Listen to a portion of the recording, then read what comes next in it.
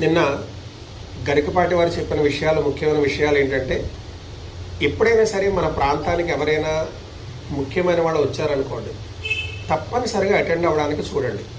ఎందుకంటే మహనీయుల యొక్క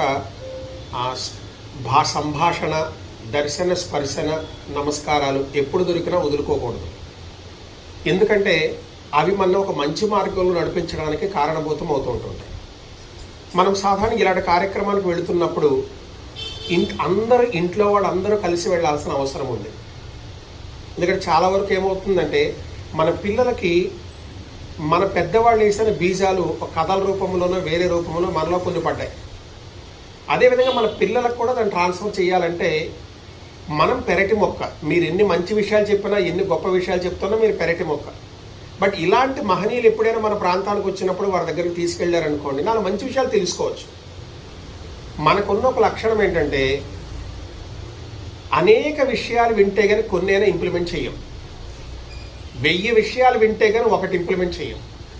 ఆ ఒక్క దానికోసం 1000 తప్పనిసరిగా వినాల్సిందే.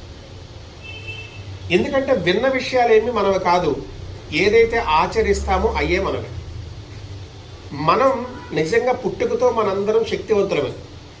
మనకొచ్చిన ఆలోచనలన్నీ కనుక ఆచరణలో పెట్టుంటే ప్రతి ఒక్కరు ఎక్కడో ఉండేవాళ్ళు.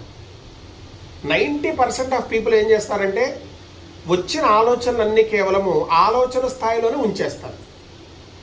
ఆలోచన మాటలతో కోటలు కడుతుంటారు, ఆలోచన అద్భుతంగా ఉండడం మొదలు పెడుతుంటాయి. ప్రాబ్లం ఎక్కడొస్తుంది? ఆచరణ.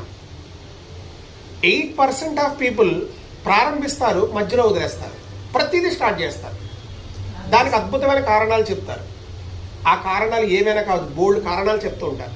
ఏమంటే ఫలానా కారణం చేత అనుకున్నాను, 10 years బ్యాక్ అనుకున్నాను, 5 years బ్యాక్ అనుకున్నాను, 1 year బ్యాక్ అనుకున్నాను, 1 month బ్యాక్ అనుకున్నాను, 1 week బ్యాక్ అనుకున్నాను. రకరకాల కారణాలు చెప్తూ పోస్ట్ పోన్ చేస్తూ ఉంటారు.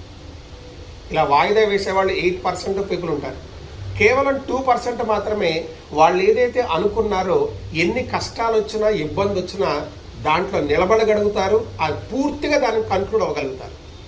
దీన్నే భగవద్గీతలో భగవానుడు ఏమంటారంటే ధర్మము అన్నారు. ధర్మం అంటే అర్థం ఏంటంటే, మీరు ఏదైతే అనుకుంటారో అది మీ సంకల్పం. అది ఎట్టి పరిస్థితులను సరే, ఏ విధానాన్ని సరే దాన్ని ఆచరించడాన్ని ధర్మము అంటారు. గమనించండి, నువ్వేదో ఉదయాన్నే లేవాలి అనుకున్నావు, లేకపోతే ఉల్లిపాయ తినకూడదు అనుకున్నావు, లేకపోతే ప్రతిరోజు వాకింగ్ చెయ్యాలి అనుకున్నావు, ప్రతిరోజు పేపర్ చదవాలనుకున్నావు, అది ఏదైనా నీ ధర్మం. ఎందుకంటే అది నీకు నచ్చింది, అది నువ్వు చెయ్యాలనుకున్నావు. కారణం ఏదైనా కావచ్చు.